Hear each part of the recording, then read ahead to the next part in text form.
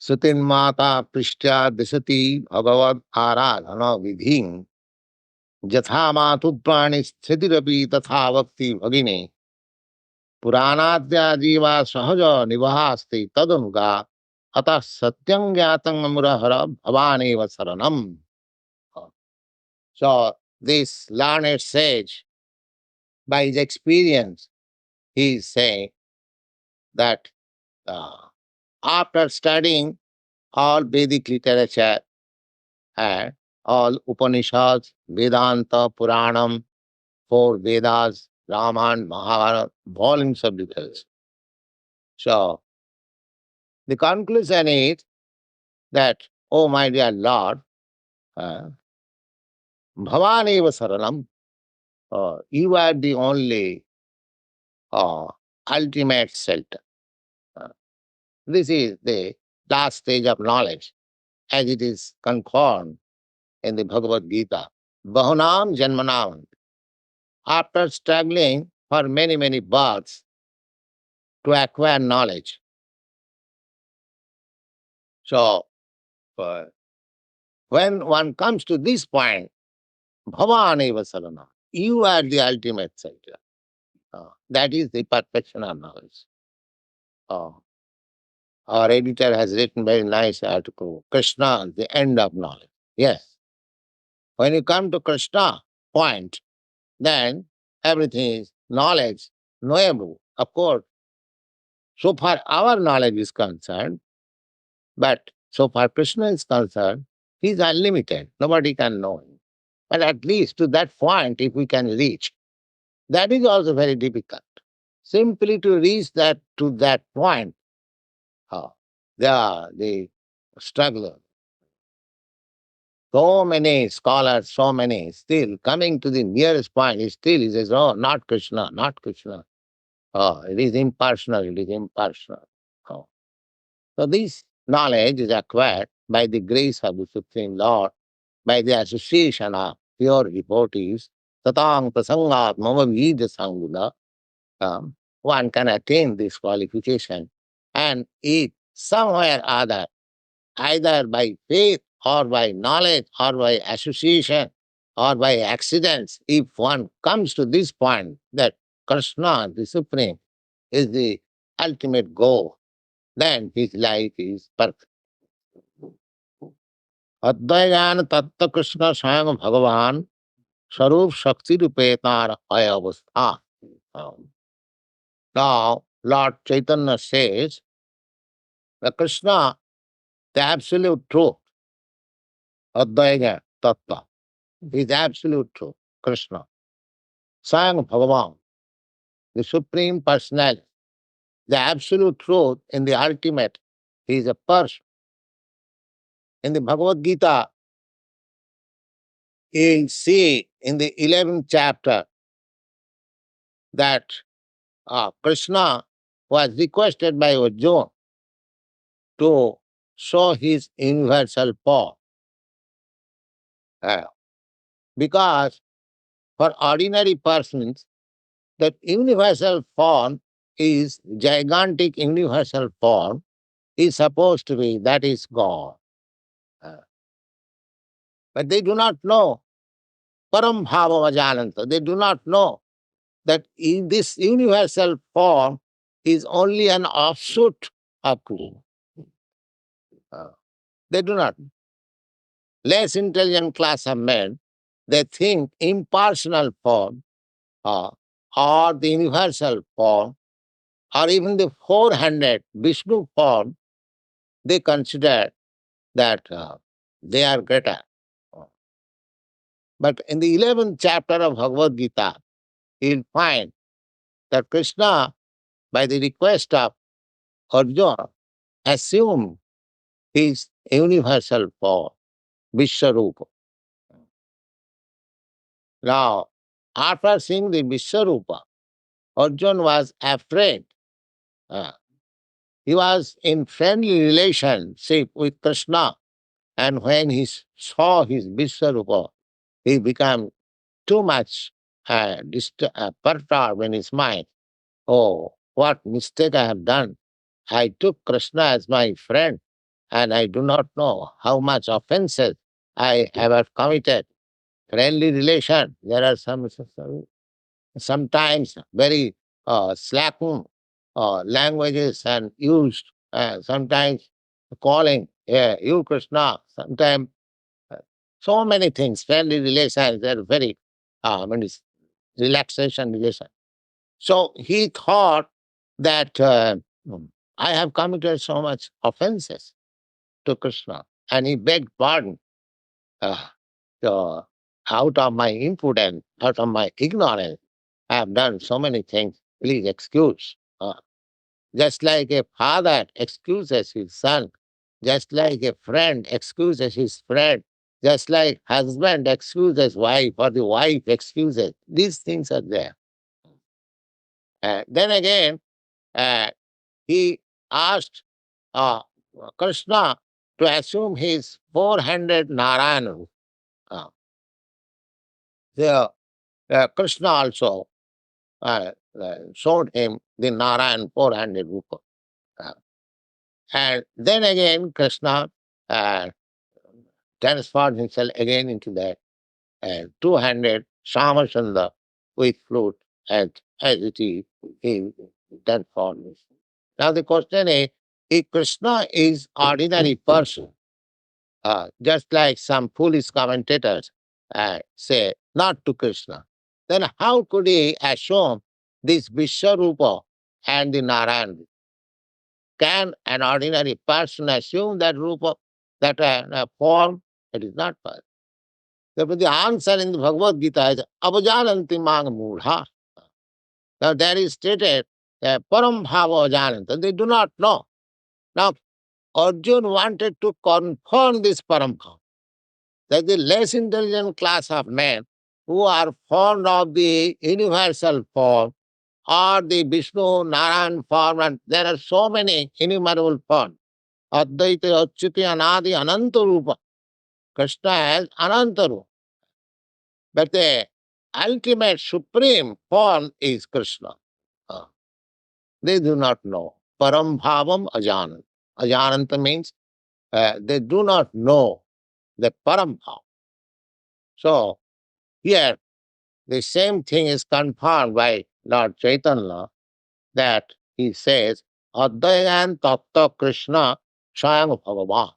So the absolute truth, the ultimate stage of realizing absolute truth is to understand Krishna. Uh, Brahma realization, Paramatma realization, uh, they are not perfect realization of the absolute truth, partial realization. Brahma realization means realization of the absolute truth in eternity. That's all. Paramatma realization of the absolute truth is a realization of eternity and knowledge. And Krishna realization means full realization of the absolute truth, means eternity, knowledge, and bliss. Without Krishna knowledge, we cannot be blissful.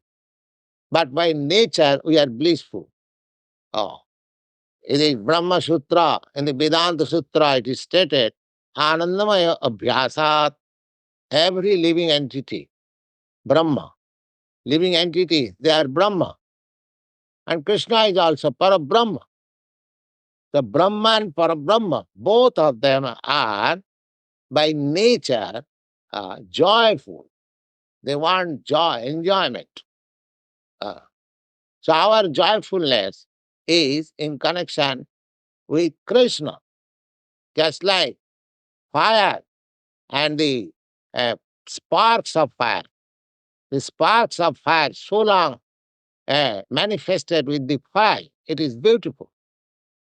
And as soon as the sparks of fire falls down from the original fire, it is extinguished. No more beautiful. Uh, so we are in the same relationship with Krishna. He is the complete whole. We are parts and parcels, just like the complete whole fire and the sparks of fire. When the fire and the sparks are displayed, it looks very nice. both of them enjoy. And when this spark, of course, fire has unlimited potency to produce sparks. But the sparks, when is out of the fire flame, then it loses its identity. And this is called conditioned life. We are in that conditioned life. We are fire, sparks of fire. Uh, But because we are in material contamination, therefore we have become conditioned. So knowledge means to understand, beginning of knowledge is to understand one's constitutional position. That knowledge is imparted in the beginning of the Bhagavad-gītā, that you are not this body, you are spirit, spark. Dehinasmin yathā dehi kaumara jauvanam yada tathā dehantaram prapti dhīrastattva namayyati. So you are spark, spiritual spark. You are simply changing dress. That is your conditioned stage. So Lord Chaitanya says, Attayagana tathā Krishna sahaja bhagavān, the absolute truth. Sarup Shakti Rupetar Hayavastha. He is situated in his internal potency. Just like in the Bhagavad-gītā, the Lord says, Jada jada hi dharmasya glani bhavati bharata abhutyānam adharmasya paritrāṇāya sadhanam vināṣāya ca duṣkritam sammamami atmaya. Internal potency. He is situated in the spiritual world by internal potency. And this material world is external potency. Therefore, although external potency is also Krishna's potency, it is not different from Krishna, but Krishna is not here in the external potency. Krishna is in the internal potency. Although this potency is not different, therefore it is inferior. It is inferior energy, it is called. And this is explained very nicely in the Bhagavad-gītā.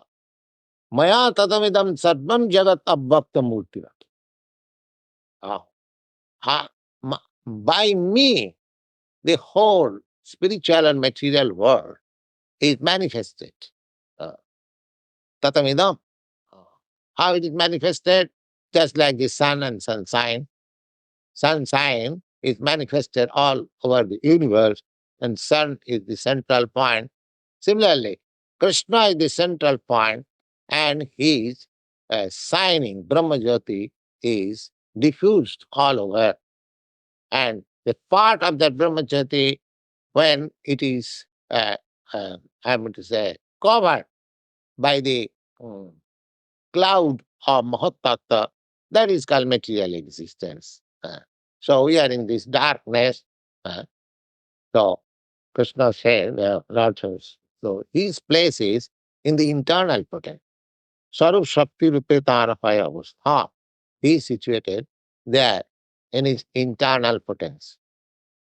Tangsha Vivinnangsha Rupe Haya Vistā. Ananta Vaikunta Brahmande Karena Vihar.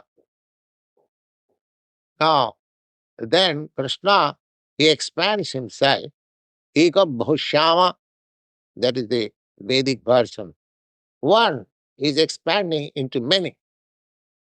And how that many is manifested, that is explained here. The Sangsha Vivinnangsha.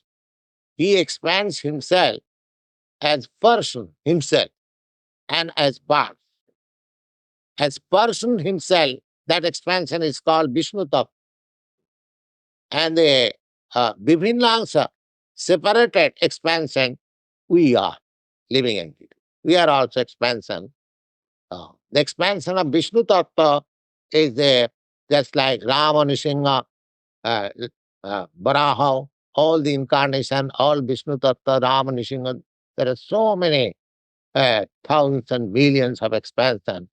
Sangsha, personal self, and separated self. We are also Krishna's part and parcel expansion. that we have got intimate relationship with Krishna. Saṅsa viभिन्नांश रूपे अय्या विस्तार अनंत वैकुंठ ब्रह्मांडे अनंत वैकुंठ ब्रह्मांडे करेन विहार. So Krishna is both in the spiritual world and the material world. Because we represent Krishna, we are in this Brahmanda condition. But there are many living entities who are eternally liberated. They never come to this. How it is that? Just like the ocean and the rivers. In the river you will find fishes, and in the ocean you will find fishes. But sometimes it may be that the fishes of the river may go to the ocean, but the fishes of the ocean never comes to the river. Never comes to the river. There is no place for them. This is a crude example. Similarly, and as the ocean is far, far greater than the river, thousands of rivers cannot be compared with the measurement of the ocean. Similarly, thousands and millions of this material world cannot be compared with the spiritual world. The spiritual world is so great that millions of material world taken together, it can be dropped into the spiritual world. It is that great. Therefore, material world is called 1/4 manifestation of Krishna's energy, and the spiritual world is called 3/4 manifestation of Krishna's energy.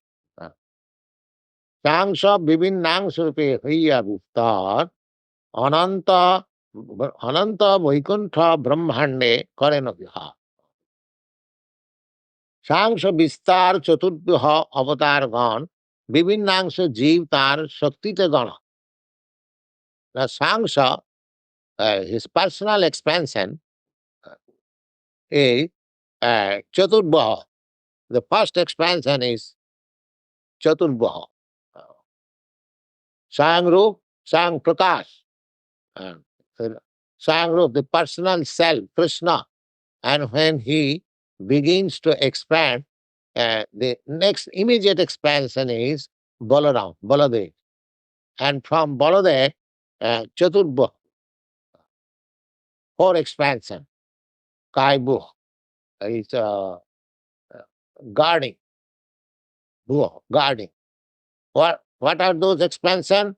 Sankarsana, Pradyumna, Aniruddha, and Vasu. This expansion. Chaturbhaha, and from Sankarsana, all kinds of incarnation. From Sankarsana, all kinds of incarnation come. In this way, we have already discussed to some extent in the previous chapter. Viभिन्नांश जीव तार शक्ति के गण. And the separated expansion, the living entities, they are counted as a different energy of the Supreme Lord. Just like there is difference between the heat and the fire. Fire is with heat, but heat is, although has got the fire qualification, it is not fire. Heat you can touch, but fire you cannot touch. Just like there is some distinction. But there is no distinction also, because fire is also hot and heat is also hot. But still there is distinction between fire and heat. So heat, what is the position of heat? Heat is energy of fire. Similarly, although we are expansion of the Supreme Law, we jivas, living entities, we are just like heat, not fire. Fire is Krishna. So, সেই বিভিন্নাংশ জীব দ্বৈত প্রকার, এক নিত্য মুক্ত, এক নিত্য সংসার. Now, this energy manifested as the living entities, they are also two kinds. Ah, what are they? Ek nitya mukta. One class of living entities, they are eternally liberated, just like the fishes in the ocean. Ah, take the ocean as the place of liberation. Sometimes the example is given that as the rivers glide down to the uh, ocean and the water is become one. That's all right. That oneness, this is impersonal conception. Everyone goes and mixes as every river goes down to the ocean, and there is no more distinction which is the river water and which is the ocean water. They become one. That is the monistic uh, philosophy. But Vaishnava philosophy goes further. That why you are satisfied with the water? Why don't you see within the water? Within the water, you will find there are big, big fishes and aquatic animals. They keep their separate identity and they enjoy the ocean. Ah, the foolish person, they are satisfied that I am in the ocean now. Oh, that is the less intelligent. Go deep into the ocean and see what is going there. Similarly, those who are satisfied simply by merging into the spiritual existence, impersonalists, they are less intelligent. They have no intelligence to see that within the ocean there is individual expansion, individual life, and they are enjoying. Similarly, in the spiritual sky, there is individuality. Ah, that individuality is there. And that individuality is reciprocated between Krishna and the individual souls. They are called nitya mukta, eternally liberated. And the other class, who are just like in the river fishes, they are called nitya baddha. Oh. They are, I am to say, they are limited sphere in the river or in the pond or in the well. The frog philosophy, they are expanding themselves. Frog, how much great is Antarctic ocean. Uh, So they are called conditions. Those who are in this material world, although they are part and parcel of the supreme law energy, but because they are conditioned in this material contamination, they are called, I am to say, conditioned by the laws of nature. So the whole process is to understand this thing means the why should he remain conditioned under the laws of material nature? Uh, Let us try to go back to the ocean and become as big. That should be the philosophy of life. Thank you. Any question?